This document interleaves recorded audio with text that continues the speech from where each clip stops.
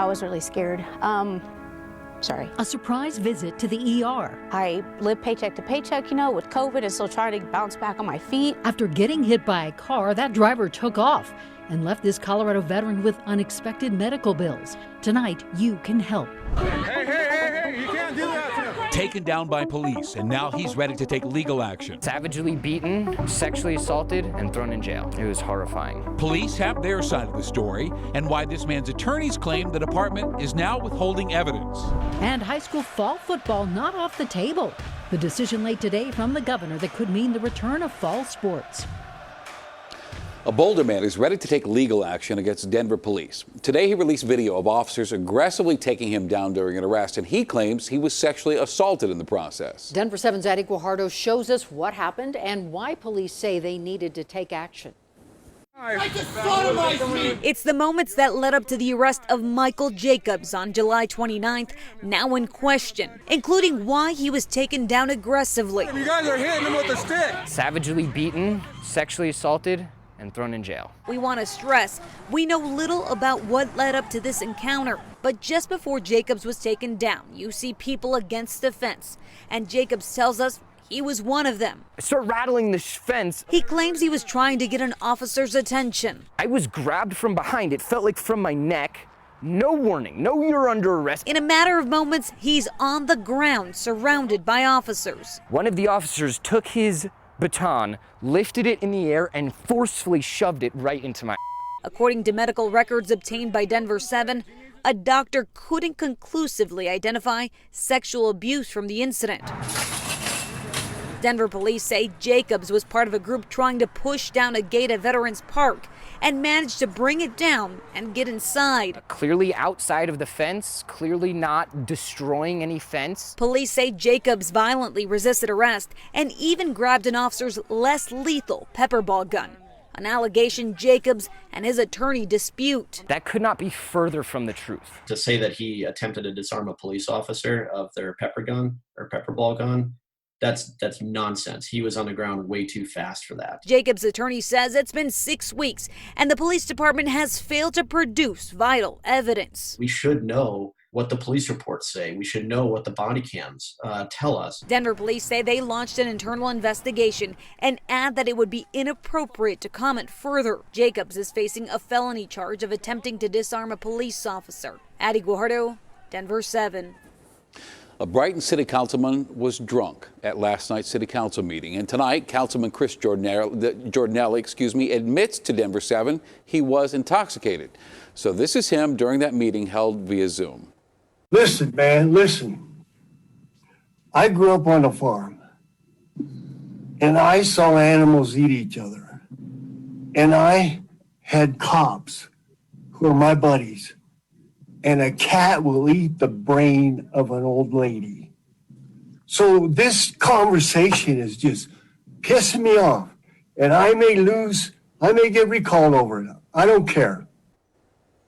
Councilman Jordanelli declined an on-camera interview tonight, but on the phone with Denver7 just about an hour ago, there he is. He said he apologizes. He says he drank and took some medicine before the meeting. He says he will censure himself at Tuesday's meeting. It's not clear what other consequences he could face, but he adds he is meeting with the council president to discuss all this.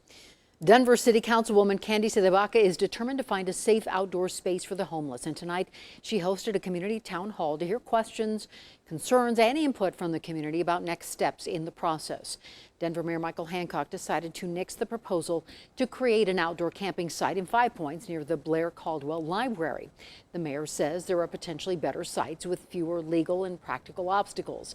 Well, Cedevaca fears the mayor isn't serious about finding a location. There were nearly 100 options on the table, she says.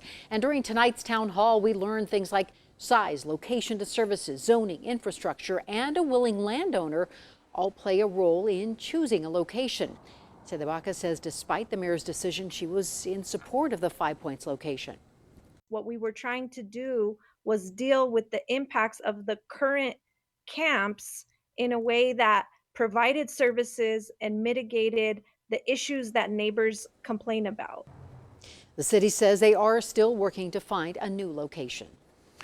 She fought for our country, and now she needs our help. A Littleton woman hit by a car last week in a very quiet neighborhood. The driver took off as she was just there on the pavement. As Denver7's Gary Brode explains, she's hoping the driver will do the right thing and come forward, and if not, maybe you can help find the driver. I was really scared. Sorry. It's been a tough week for ex-Marine Christine Jones. I was very angry. I was confused. I cannot stand to feel helpless, and that's what I felt. Last Wednesday morning, Jones was near her Littleton home in the South Park neighborhood passing out flyers for one of the 2 jobs she works to get by. I grabbed in the back seat to try to grab the flyers, and in an instant that I reached inside my Jeep, by the snap of your fingers, I just remember hearing a loud bang. That noise was this SUV hitting Jones's Jeep that was parked in the other lane on South Hill Drive. I don't remember it, but I went from here to the back of the car. I don't know how I got back there. A neighbor's video shows the white SUV driving off. When he swerved and hit the door is what crushed me. Jones was taken to the hospital for minor injuries, but fears the worst is yet to be diagnosed. My shoulder's torn. I'm going to have to fix that, and I don't have medical insurance. Being able, what if I can't fix my shoulder? What if I can't, work? Jones hasn't received her medical bills yet, but fears they will be insurmountable. And to make it worse, the driver has yet to be found. What if I was a child? What if I was a mother with a baby reaching for my kid? That's what scares me the most. As she looks back, Jones remains positive and grateful, knowing the outcome could have ended differently. Somebody's looking out for me, In Littleton, Gary Brode, Denver7. And we reached out to Littleton PD for more information on the case. We have not heard back. And as for Jones, she could use a break as her road to recovery continues. So we have set up an easy way for you to help if you'd like. You can make a tax-deductible donation to Denver7 Gives. Just head over to thedenverchannel.com, click Denver7 Gives, and under the drop-down menu, select Help Christine Recover from Hit and Run. Late today, the governor's office approved Chasta's request to allow certain high school outdoor fall sports to move forward. Those sports include football, yes, field hockey, cheer, and dance, sports that were rescheduled for late February. So now schools will have the option either to wait until next year or allow them to be played right now. But the governor warns if a community falls out of compliance or cases rise, that approval could be rescinded. And tonight, the future of Pac-12 football is not clear. The Big Ten announced college football will return in late October. The Pac-12, which includes CU, is now the only major conference postponing fall football until spring. The earliest it could return would be November. The Mountain West, where Colorado State plays, issued its own statement this afternoon. The conference didn't set a return date, but said it is evaluating return-to-play plans daily.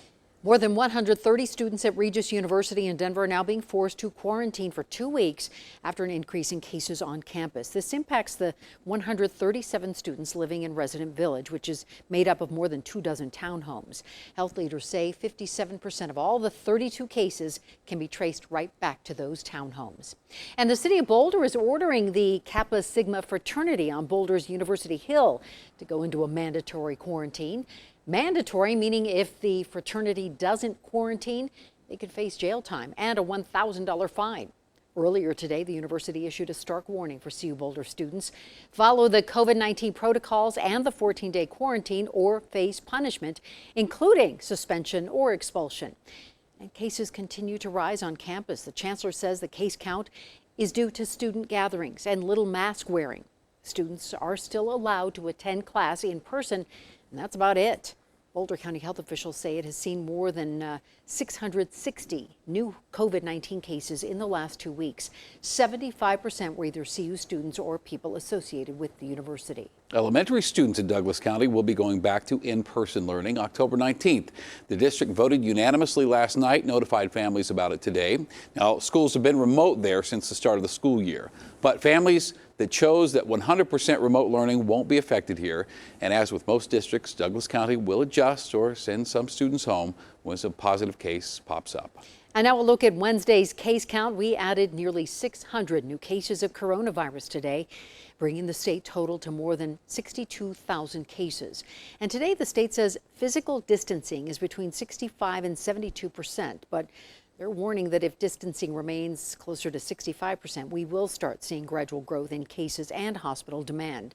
Now, on the plus side, state health leaders say COVID-19 hospitalizations have been decreasing since mid-July and have now plateaued. There are 248 hospital beds in use, and we still only have 3% of available hospital beds occupied.